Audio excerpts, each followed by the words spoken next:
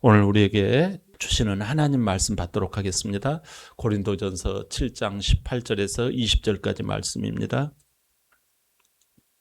찾으신 줄 알고 교독합니다. 오직 주께서 각 사람에게 나눠주신 대로 하나님이 각 사람을 부르신 그대로 행하라. 내가 모든 교회에서 이와 같이 명하노라.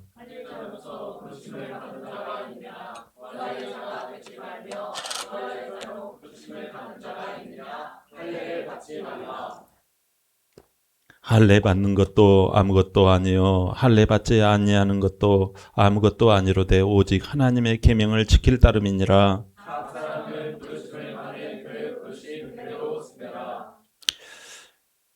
내가 종으로 있을 때 부르심을 받았느냐 염려하지 말라. 그러나 내가 자유롭게 될 수 있거든 그것을 이용하라.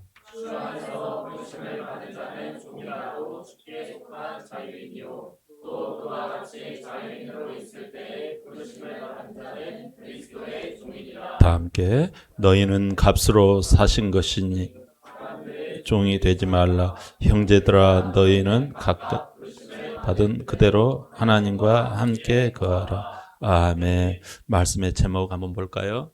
다 같이 고백합니다. 시작. 부름받은 이 자리부터 승리하자. 기도하겠습니다. 하나님 아버지, 정말 뜨거운 광야 이 폭염 속에서도 저희를 인도하신 그 하나님 앞에서 싸우니 말씀하실 때 귀가 열리게 하여 주시옵소서. 그 음성 듣게 하여 주시옵소서. 그 음성 의지하여 겸손히 따라가는 한 주간 저희들 되게 하여 주시옵소서. 예수님의 이름으로 기도하옵나이다. 아멘. 오늘 고린도전서 7장이지요. 고린도 교회가 대단히 음행에 취약했다. 세상이 굉장히 음행적이었다. 그런 가운데 우리 인생이 음행이 있지 않느냐, 우리 인생이 어떤 그런 성적인 추구함이 있지 않느냐, 그렇거든 결혼해라는 거예요. 그래서 결혼 문제로 쏙 들어갑니다. 7장이. 그러면 결혼 생활이 중요하지 않겠느냐라는 거예요. 결혼이 중요한 게 아니다. 결혼했다면 부부 갈등이 있겠지요. 살다가 보면. 그런데 믿는 자들은 이혼을 하면 안 된다고 바울은 권면을 해요. 정이 나는 이혼하려합니다 한 사람이 있느냐? 그런 사람은 한쪽이 믿지 않는 자가 있다면 해라라는 거예요. 또 하나가 있죠. 이혼 요소가 성적인 문란이 있을 때 배우자가 이거 이혼 요소가 되는 거죠. 그렇지 않고 성적인 어떤 그런 부분에서 큰 구애됨이 없느냐? 그러면 그냥 결혼 안 하고 나 전화를 합니다. 그러면 결혼하지 말고 그냥 살아라는 거예요. 또 혼자 된 과부들이 있느냐?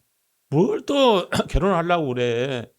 그냥 혼자 그냥 나처럼 바울처럼 그냥 혼자 하나님 잘 믿고 살아라는 거예요. 하나님 중심, 교회 중심, 말씀 중심으로 살면 되지 않겠니?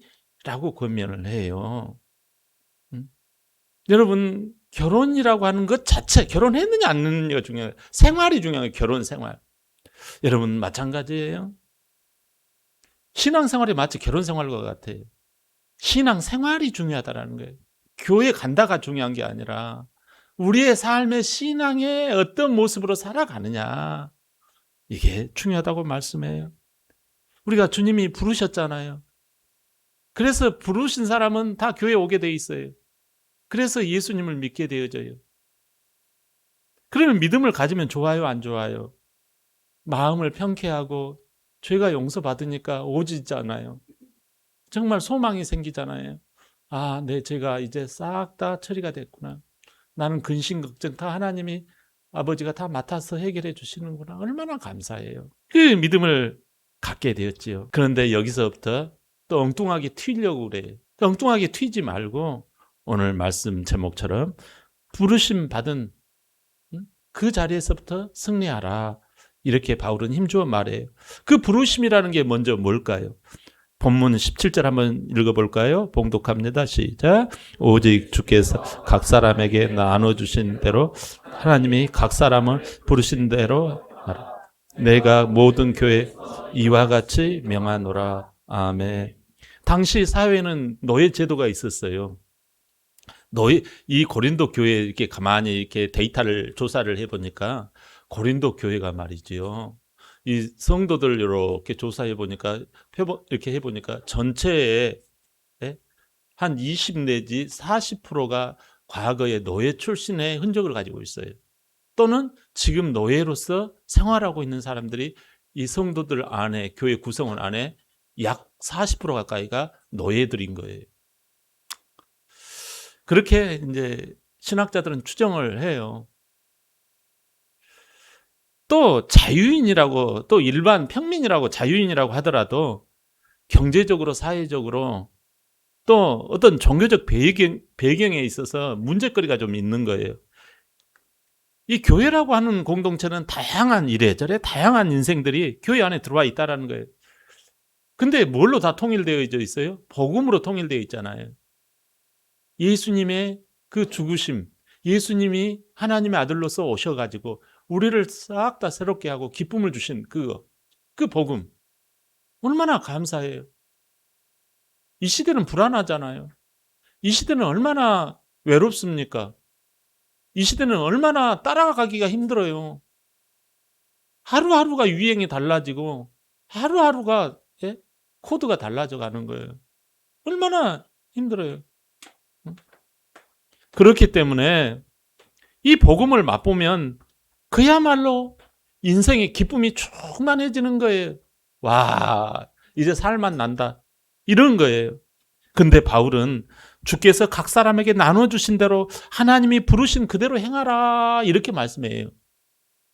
여기 주께서 각 사람에게 나눠주신 대로 그대로 행하라 이 말은요, 각자 삶의 현장이 있지 않느냐, 그걸 내가 선택한 게 아니다. 하나님이 그 사람을 그 자리로 콜링했다, 불렀다라는 거예요. 그 직업을 갖게 했다라는 거예요. 그런 역할을 하게끔 했다라는 거예요. 다시 말하면 하나님은 믿음, 이 복음을 가졌다고 해가지고 당장 내 자리를 바꾸라는 것이 아니라 지금 이 자리에서부터 믿음의 삶을 살아보라는 거예요. 사랑하는 여러분, 지금 그 자리에서부터 믿음으로 살아가시기를 바랍니다. 본문 20절에 보면 각 사람은 부르심을 받은 그 부르심 그대로 지내라고 하지 않습니까? 또 여기 24절에 봐봐요. 형제들아, 너희는 각각 부르심을 받은 그대로 하나님과 함께 거하라 라고 하지 않습니까? 왜 하나님은 믿음을 가졌으니 좋은 자리로, 더 좋은 신분으로 얼른 바꾸라고 하지 않으실까요? 우리는요, 하나님이 더 좋은 부름을 받으면 더 하나님을 더 잘 믿을 것 같아요. 더 신앙생활을 잘 할 것 같아요. 그죠? 더 나은 직장, 더 안정된 가정, 더 건강한 몸. 그러면 더 교회 열심히 다니고 교회 헌신하고 열심히 전도 다닐 것 같죠? 그런데요, 하나님은 이미 지금 이 자리에서부터 나를 잘 믿어보라는 거예요. 환경이 나아진 뒤에 믿음이 커지는 게 아니라는 거예요. 여러분, 지금 여기 부름받은 자리, 여기에서부터 잘 믿어보라는 거예요. 하나님은 부르심받은 그 자리에서부터 승리하기를 원하신 줄 믿습니다. 룻기를 보면 며느리 룻이 나와요. 손가락질을 당하는 이 모압 여인, 개와 돼지 취급을 하는 이 몹쓸 여인, 이 모압 여인 룻. 아주 그냥 별명이 딱 붙어 있어요. 남편을 잃었지요. 에? 자식 둘 다 잃었지요. 뭐 진짜 인생 왜 이러는가 몰라요. 하나님을 믿었는데. 그래서 이 홀로 된 이 시어머니 나오미와 함께 하나님을 믿고 이스라엘로 돌아와요. 낯선 땅이지요. 낯선 사람들이지요. 예? 창피한 신분이지요. 가진 것 없는 정말 가난뱅이 과부 룻, 이방 여인 룻. 예?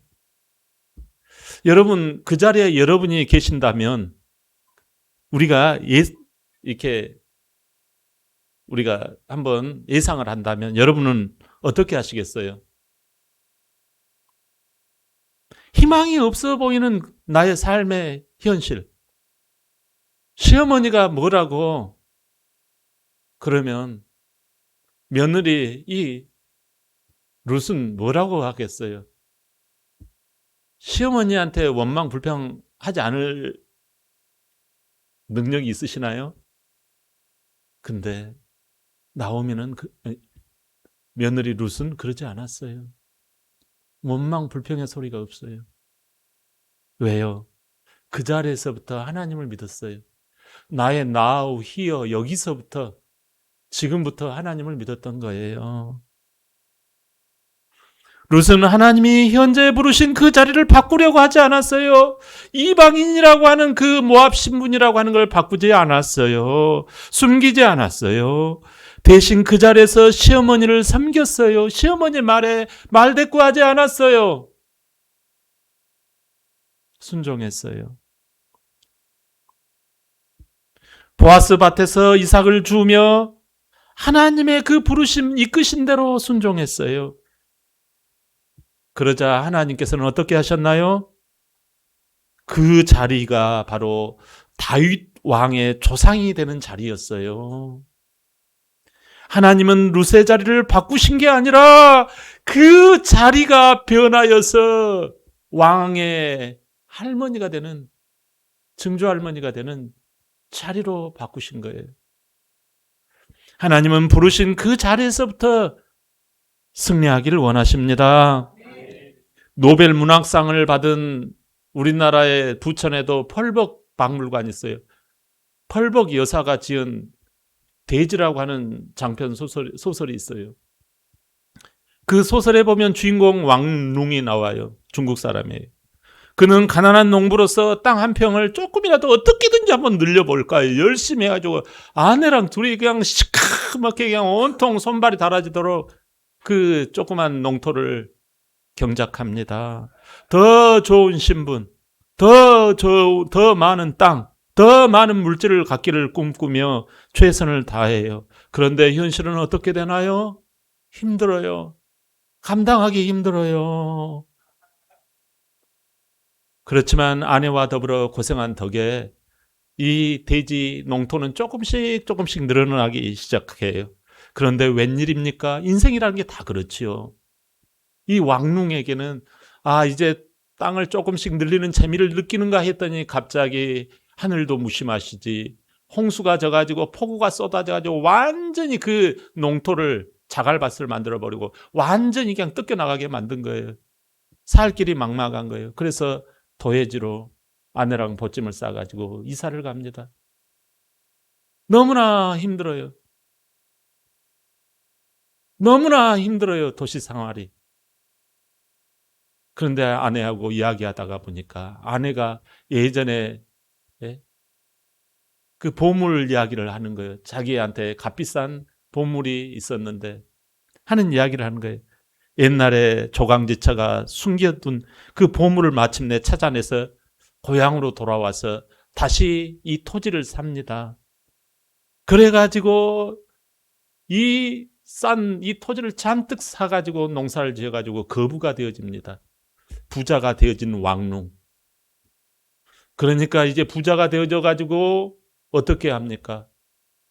이제 배가 부르고 자기가 이제 돈이 많고 돈을 세고 그러다 보니까 이제 여자가 눈에 들어오기 시작하는 거예요. 시커먼 자기 아내보다도 예쁘고 루즈 탁 잘 바른 이 아내가 다른 여인이 더 예뻐 보이는 거예요. 그 여인하고 바람을 피웁니다. 조강지쳐 버려버리는 거예요. 그는 타락의 길을 걸어갑니다.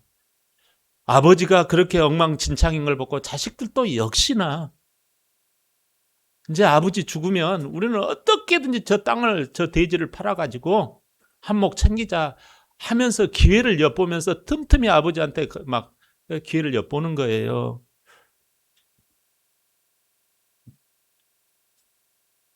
그런데요, 왕릉이 자기 자신이 이제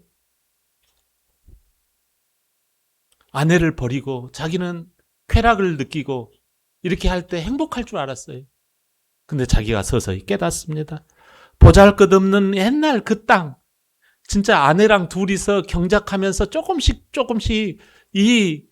진짜 조그만 땅이지만 거기서 성실하게 일해가지고 조금씩 늘려가며 행복을 누리던 그 시절이 떠오르는 거예요. 아, 그때가 행복했노라. 아내는 죽어갑니다. 자기도 병들어 죽어갑니다. 그때 아들한테 이런 유언을 남깁니다. 아들아, 그 땅 대지를 팔지 말아다오 하면서 소설은 끝나요. 하나님도 마찬가지예요. 부르심을 받은 그 자리에서부터 승리하기를 바랍니다. 그 자리를 잘 믿음으로 일구시기를 바랍니다. 우리 다 같이 데살로니가전서 5장 24절 시작. 너희를 부르시는 이는 미쁘시니 그가 또한 이루시리라. 아멘. 여러분 현재 그 자리에서 믿음으로 사시기를 바랍니다. 골로새서 3장 23절이에요. 시작. 무슨 일을 하든지 마음을 다하여 주께 하듯 하고 사람에게 하듯 하지 말라. 아멘. 나의 현재 자리에서 하나님을 바라보며 인내하시기를 바랍니다. 그렇다면 둘째로 왜 그 부르심 받은 곳에서 승리하게 될까요? 자, 본문 22절 다 같이 볼까요? 시작. 자는 종이라도 주께 속한 자유인이요. 때 부르심을 받은 자는 그리스도의 종이. 아멘. 바울은 당시 노예 신분인 성도들이 많아서 그들의 고민을 잘 알고 있었어요. 예수님 믿고 보니까 죄는 사라졌지요. 미래와 소망이 넘치지요. 주님이 나를 도와주시고 나에게 좋은 것을 주신다라고 하는 그 은혜와 그 감사가 넘치잖아요. 그러니까 자꾸 사회적인 인연을 끊어버리고 직업을 자꾸 바꾸고 가족에 대한 의무감도 그냥 처리하고 싶은 그런 마음이 일어나는 거예요. 그런 이야기를 많이 해요. 이제는 다 저버리고 싶고 훌훌 떠나서 그냥 주님을 위해서 그냥 살아보고 싶습니다. 이런 식으로 새로운 삶을 자꾸 이야기를 하는 거예요. 예수 믿으면 이제 다 때려치고 이제 나는 새롭게 할랐다. 이제 이런 식으로 자꾸 종들이 이야기를 하고 성도들이 이야기를 하는 거지요. 그러자 바울은 그럴 것 없다. 종이라도 자유인이란다. 또한 자유인이지만 그리스도의 종이 아니냐라고 한 거예요. 종이지만 자유인이고 자유인이지만 종이다. 이 말은 무슨 뜻인가요? 자유라는 말은 죄에서 자유케 해주셨으니까 이 심령의 그 마음의 자유를 얻으면 어떤 처지, 어떤 환경에서도 묶일 수 없다라는 거예요. 그게 자유라는 거예요. 내가 가진 자유로 내 마음대로 이제 살아가는 것이 아니라 내가 이제 옛날에 그 묶였던 내 마음의 근심과 염려가 있고 이거 내 책임인데 자꾸 그런 의식 때문에 옥죄였던 것이 이제 풀어지는 거예요. 나는 주님의 이제 종인 거예요. 모든 건 주님이 책임지는 거예요. 맡기고 감사하고 찬양하면 되는 거예요. 다시 말하면 이 자유는 주님이 죽으심으로 내 인생의 값을 치러주셨으니 그 부르신 이 자리에서부터 종으로 자원하며 살겠다라는 그러한 담대한 이 선포인 거예요. 사랑하는 여러분, 나의 자유와 생명, 나의 생명의 값어치는 예수님의 값어치가 드러나는 것인 줄 믿습니다. 23절 말씀은 너희는 값으로 산 것이니 라는 말씀은 지난주 설교 내 인생 하나님의 것이라는 말씀에서 자세히 전했어요. 이건 대속이라는 말과 연결이 돼요. 예수님이 죄를 대신 가져가신 거예요. 여러분, 죄가 뭐예요? 상처와 저주와 쓴뿌리, 이것이 결국 사망을 가져온다는 거 아니겠어요? 그것을 예수님이 나에게 그걸 다 가져갔다니까요. 사실로, 전설이 아니에요. 무슨 그랬다고 칩시다가 아니라 이건 리얼이에요, 리얼. 내 운명의 상처와 저주와 아픔과 근심과 염려와 질고는 다 가져갔어요. 그리고 예수님은 어떤 분이십니까? 죄가 없으신 하나님이세요. 그 하나님이 나에게 그것을 주셨어요. 그걸 대속이라고 그래요. 대속. 예수님이 내 걸 가져가고 예수님의 것은 내 것으로 가져가고 이걸 믿음이라고 그래요. 그걸 값으로 치렀다라는 거예요. 이게 교환이 됐잖아요. 이걸 믿는다면 그 사람의 인격과 태도가 변화되지 않겠니? 라는 거예요. 어떻게 되겠어요? 내 인생 이제 어떻게 살겠어요, 여러분? 여러분 같으면 어떻게 살겠어요? 예수님 거예요. 바로 이제 예수님이 값으로 이렇게 치르셨기 때문에 지금 이 환경에서 예수님의 값을 드러내는 거예요. 이 환경에서 어떻게 해야 돼요? 이 자리에서 그냥 때려치고 가족에 대한 의무감, 직장도 그냥 이것도 그냥 이건 내 직장 하나님이 주신 게 아니야. 이건 내가 선택한 거야. 그렇게 하랍니까? 아니라는 거예요. 지금 이 환경을 예수님이 부르셨다고 여러분 믿는다면 어떻게 하시겠냐라는 거예요. 부름받은 이 자리에서부터 어떻게 승리합니까? 지금 내 자유, 내 생명, 이 값어치는 예수님의 값어치로 드러나야 할 줄 믿습니다. 사도행전 16장에 바울과 실라라는 사람이 나와요. 그들은 전도하다가 옥에 갇힙니다. 빌립보 감옥에. 주를 위해 복음을 전하다가 억울하게 매를 맞고 깊은 감옥에 갇혀가지고 쇠고랑을 차고 지금 있어요. 근데 여러분 틈만 나면 도망칠 생각, 원망, 불평하고 욕하고 그런 소리가 들리지가 않는 거예요. 이 두 사람 가운데. 재수 없단 말이지. 빨리 이 신세 떨쳐 나가야 된단 말이지. 얼마나 많은 사람들이 이런 함정에 빠질 우려가 많거든요. 근데 그 부르신 자리에서 어떻게 했다고요? 그들은 기도하고 하나님을 찬송했다, 감사했다고 기록해 되어져 있어요. 여러분 그 자리에서 나 억울합니다 이러지 않았다니까요. 하나님 앞에. 그랬더니 바울과 실라의 그 자리를 하나님은 어떻게 바꾸셨어요? 지진을 일으키십니다. 옥문이 열립니다. 놀랍게도 간수가 예수님을 믿고 그 가족들이 예수님을 믿는 기적의 역사가 일어난 줄 믿습니다. 가장 힘든 이 자리 여러분 그 자리, 부름받은 그 자리에서 어떻게 승리하냐고요. 지금 내 자유, 지금 내 생명 값어치, 그건 바로 이 자리에서 예수님의 값어치를 드러내는 거. 그 이유 때문에 내가 이 자리에 있는 줄 믿습니다. 예수님은 빌립보서 2장 7절에 친히 종의 형체를 가지셨다고 말씀하세요. 가장 낮은 자리에 오셨다고 말씀해요. 여러분 예수님은 이 땅에 오셔서 더 좋은 신분, 더 좋은 위치를 구하지 않았어요. 오히려 십자가의 자리에서 끝까지 견디시면서 마침내 다 이루었다 라고 하시면서 하나님의 뜻만을 구했던 것입니다. 우리가 예수님 안에 있다라는 것, 주님의 사랑이 지금도 나의 이 처지와 환경 가운데서 여러분 하나님의 자녀라도 그 처지에서 여러분 믿음으로 끝까지 견지하는 거예요. 부름받은 이 자리에서 어떻게 우리가 승리할 수 있나요? 내 자유, 내 시간, 내 목숨, 내 힘, 그걸 통해서 주님의 값어치를 드러내면 안 되겠니라는 거예요. 여러분 성경 말씀에 로마서 8장 38절에 내가 확신하노니 사망이나 생명이나 천사들이나 권세자들이나 현재일이나 장래일이나 능력이나 높음이나 기쁨이나 어떤 피조물이라도 우리를 우리 주 그리스도 예수 안에 있는 하나님의 사랑에서 끊을 수 없으리라. 아멘. 여러분 그러므로 이제 그리스도 예수 안에 있는 자에게는 결코 정죄함이 없나니. 할렐루야. 여러분 그렇다면 이 부르신 자리에서 어떻게 살아가야 할까요? 이제 셋째로 우리 다 같이 19절을 한번 봅니다. 19절 시작.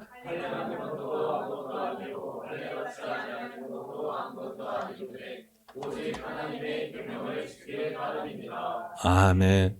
당시 고린도 교회는요, 유대교에서 이렇게 개종한 유대교파 기독교인이 있었고요.